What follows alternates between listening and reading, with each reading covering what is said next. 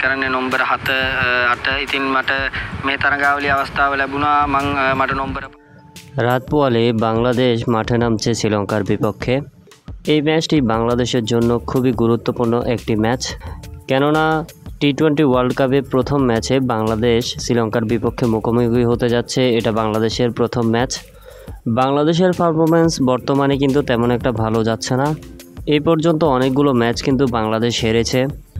প্রস্তুতি ম্যাচগুলোতেও বাংলাদেশ কিন্তু তেমন একটা ভালো করতে পারেনি।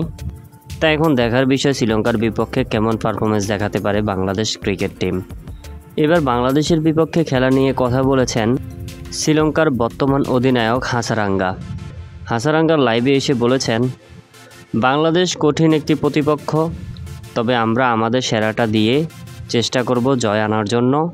বর্তমানে আমাদের বোলার এবং ব্যাটসম্যান প্রত্যেকটা প্লেয়ার কিন্তু ফর্মে রয়েছে।